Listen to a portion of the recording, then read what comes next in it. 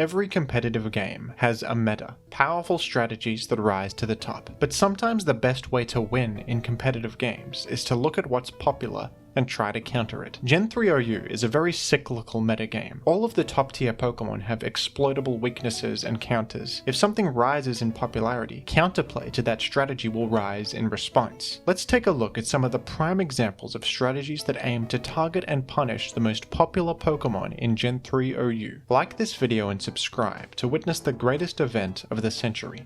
Thank you. Gen 3 OU's most central team archetype is called TSS, which stands for Toxic, Spikes, and Sand. These are balanced teams that have a solid mix of defense and offense. They aim to establish spikes and permanent sand on the field, wearing down the opponent's team over the course of a game. Forcing the enemy to switch is an important concept here, which can be done either with offensive threats like Zapdos or Starmie that invite in specific responses, or defensive walls like Blissey, Swampert, and Skarmory that 1v1 the enemy's offensive Pokemon, forcing them to switch out. Gengar is often used on these teams, not only as an offensive threat that forces switches, but because it can block Rapid Spin, which keeps your spikes on the enemy field and maintains your advantage. This is the most consistent and popular team style in Gen 3. A lot of games in this format are all about establishing spikes on the field first and keeping momentum up. But some strategies exist specifically to punish this popular style of team. Magneton is a Pokemon that can trap and eliminate Skarmory and Forretress thanks to its ability Magnet Pull, which prevents steel types from switching out. Magneton is the cornerstone of a lot of anti-meta strategies. Some teams use Magneton to support physical threats who appreciate Skarmory being eliminated. But some teams go even further and attempt to counter the entire TSS game plan.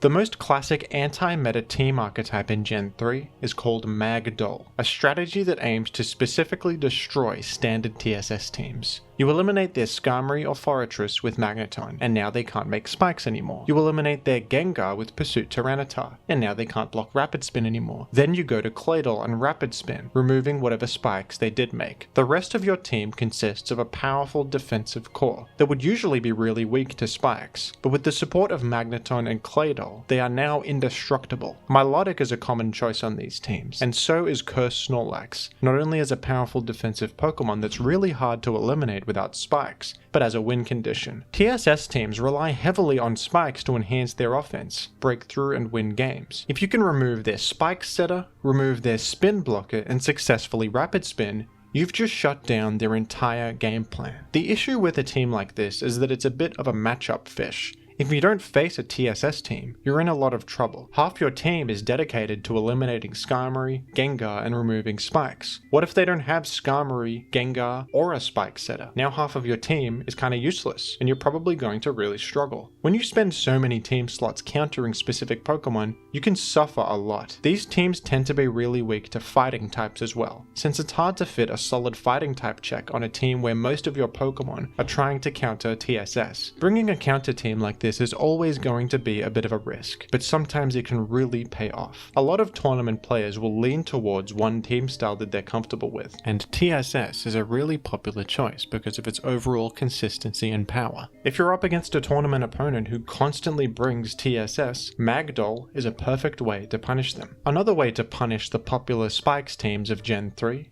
is to simply ignore spikes. There is another team archetype nicknamed Superman that aims to use as many flying type or levitating Pokemon as possible to fly above the spikes, ignoring their chip damage. To be considered a Superman team, you need at least 4 flying types or levitate users. If the majority of your team is immune to spikes damage completely, you don't even need to use Rapid Spin. Teams that rely on spikes to apply offensive pressure are going to have a difficult experience against Superman. Flygon has the benefit of being a Tyranitar and Aerodactyl check that is completely immune to spikes, and this is a core member of the Superman archetype. Flygon usually has the disadvantage of inviting in Skarmory very easily, who can freely use it as setup fodder to make spikes. But if your team doesn't care about spikes anyway, this is no longer as much of a drawback. Skarmory is conveniently spike immune itself and another perfect member of Superman teams, giving you a great defensive backbone and a source of spikes yourself. Some more noteworthy Pokemon used on this archetype are Zapdos, who will often use a bulkier set here with Rest to help you out against special threats and give your team a bit of longevity. Moltres, who helps a lot against Metagross and gives you a bit of offensive firepower.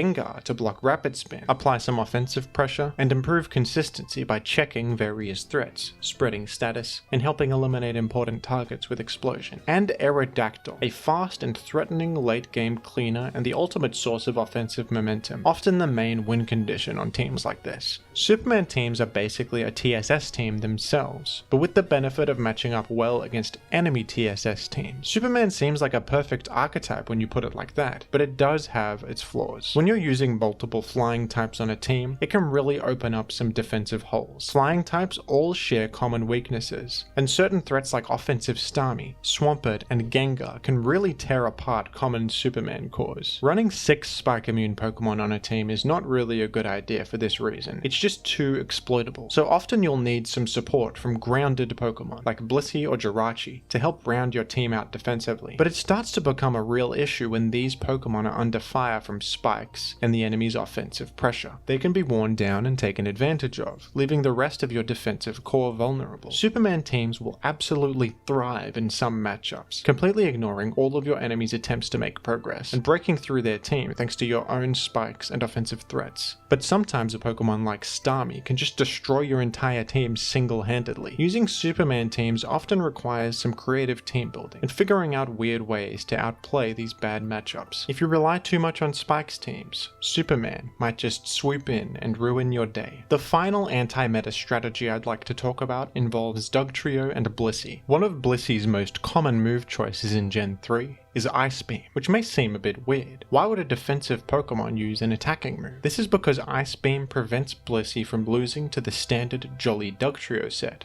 With full special attack investment, you one-hit KO Dugtrio with Ice Beam. Ice Beam also has the added benefit of helping you out against Salamence, another common matchup. Blissey can live a hit from either mixed Salamence or a +1 Dragon Dance Salamence, and KO them with Ice Beam. But what if Dugtrio were to adapt to this? What if Dugtrio invested in special defense? This probably sounds even weirder than Blissey using a special attack. But yes, there are Dugtrio sets that invest in special defense, specifically to live Ice Beam, and allow Dugtrio to eliminate Blissey. These sets often use an adamant nature so they can 2-hit KO Blissey with Earthquake. But some also use Beat Up as a way to 2-hit KO Blissey. Beat Up is a weird move in Gen 3. Although it's categorized as Dark type, it's actually a typeless physical attack. Beat Up attacks up to 6 times, and it uses the attack stat of every member of your party for each of these hits, assuming they're alive and they aren't statused. What's really interesting about Beat Up is that it doesn't take into account any additional stats from EVs or natures. It uses your team's base attack stats and the enemy's base defense stats when calculating. Since Blissey has a tiny base defense stat of only 10, and Beat Up completely ignores Blissey's defense EVs, Beat Up does enormous damage to Blissey.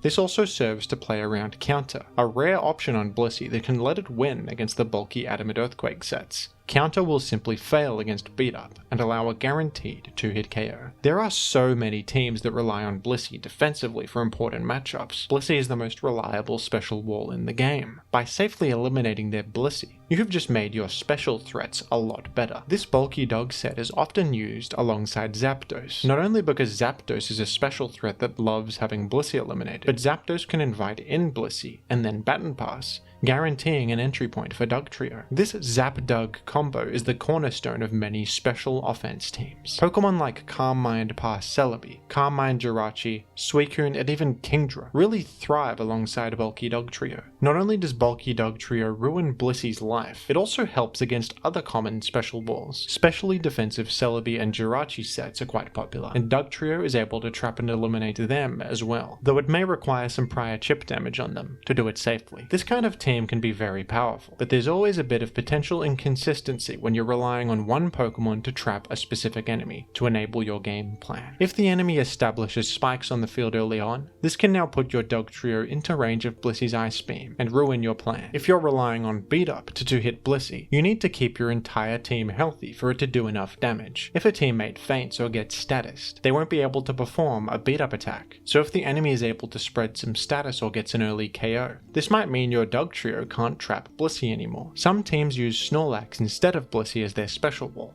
and this can be a terrible matchup. That special defense investment is useless against Snorlax, who will just one-hit KO you easily with Body Slam or Return. Snorlax at least lacks reliable healing and can be worn down, but if most of your team is special threats, it can be really hard to break Snorlax. Snorlax also offensively threatens just about every special attacker, which makes things even more difficult. These teams benefit a lot from flexibility, with Pokemon like Substitute Jirachi who can actually hold its own against Blissey, and Metagross who can help out against Snorlax. If you're completely all in on a single plan, it can backfire massively. It's nice to have some backup plans for when your main plan falls through. These are just some examples of anti-meta strategies in Gen 3 OU. Often you can cover popular Pokemon and trends in more subtle ways that aren't quite as all-in as these ones, but I wanted to highlight some examples of teams that are specifically targeting and punishing certain popular Pokemon. There have been many examples of teams like this paying off massively in tournament settings. If you're playing in tournaments, try not to be too predictable, or you might find yourself getting punished by a counter team. This video topic was the winner of a poll over on Patreon. Thank you to everyone who submitted topics, and congratulations to Biff the Banana for winning the poll. Become a patron to vote on video topics and suggest some of your own, and also appear on this interesting end screen. Thank you to everyone who has donated to my Gen 3 OU tournament, ADV Revival. If you'd like to donate to appear on this end screen, and also support the tournament, check out the link in the pinned comment.